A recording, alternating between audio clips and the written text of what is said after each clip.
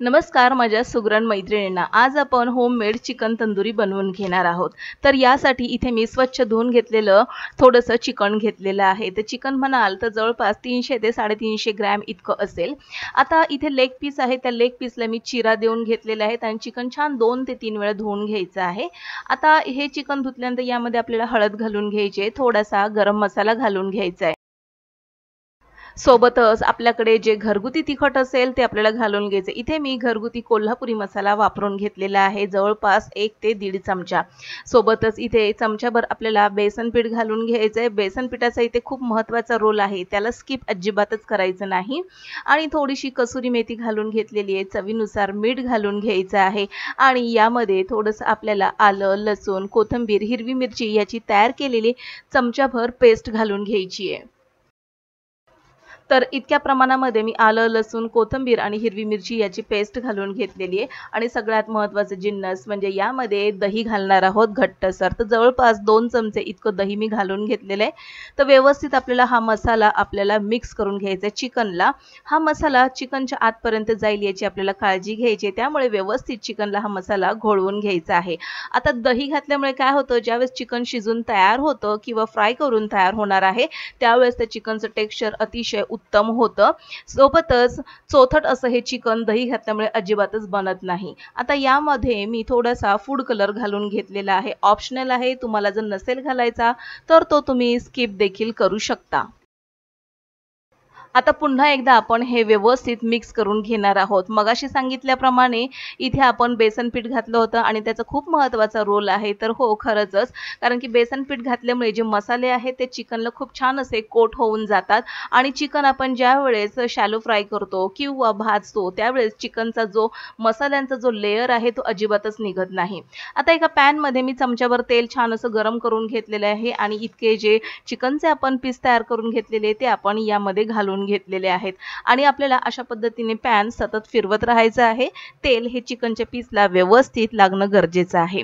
आता हे चिकनचे पीस खालून मस्तपैकी सोनेरी रंगावरती होत आहेत तोपर्यंत आपल्याला मंद आचेवरती झाकण ठेवून द्यायचं आहे।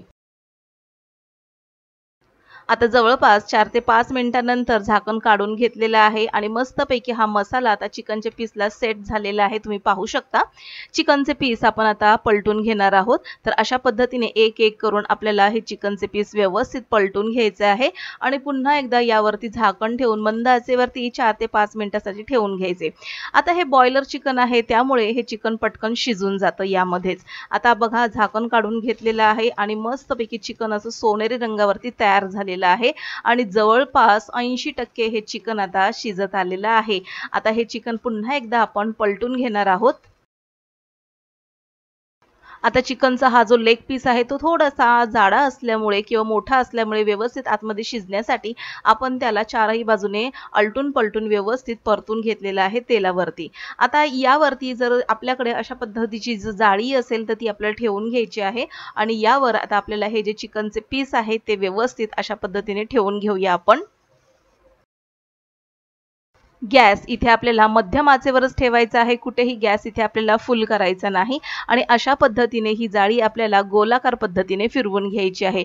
थोडक्यात या चिकनच्या पीसला व्यवस्थित गॅसचा जो जाळ आहे तो लागेल। सोबतच इथे मी बाजूला कोळशाचा तुकडा ठेवलेला आहे, तर कोळशाचा देखील आपण याला धूर देणार आहोत, मस्तपैकी स्मोक देणार आहोत। ज्या पद्धतीचं चिकन आपण मार्केटमध्ये जाऊन खातो किंवा ढाब्यावर जाऊन खातो अगदी तशाच पद्धतीचं चिकन हे बनून तयार होतं। आता पुन्हा एकदा चिकनचे पीस आपण अशा पद्धतीने पलटून घेणार आहोत। थोडक्यात चारही बाजूने आपल्याला हे पीस गॅसच्या आचेवरती भाजून घ्यायचे आहेत आणि आता भाजून झालेले पीस मी आता काढून घेतलेले आहेत। आता याला आपण स्मोक देणार आहोत। तर एका बशीमध्ये मी गरम केलेला कोळसा ठेवलेला आहे, त्यावर थोडंसं तेल घालायचं आहे आणि लगेचच यावर झाकण ठेवून 2 ते 3 मिनिटांसाठी असंच ठेवून घ्यायचं आहे। सोबतच इथे कांदा, लिंबू असेल तर नक्की ठेवा आणि कोथिंबीरने गार्निश करून घेऊया। तर मस्त अशी घरच्या घरी कमीत कमी साहित्यात आणि घरीच उपलब्ध असलेल्या साहित्यामध्ये आपण चिकन तंदुरी बनवून घेतलेली आहे। तर आजचा व्हिडिओ तुम्हाला कसा वाटला हे आम्हाला कमेंट बॉक्समध्ये नक्की लिहून कळवा। व्हिडिओ आवडल्यास नक्की शेअर करा, लाईक करा, सबस्क्राईब करून बेल आयकॉन प्रेस करा। पुन्हा भेटूया नवीन एका इंटरेस्टिंग रेसिपी सहित। तोपर्यंत बाय बाय।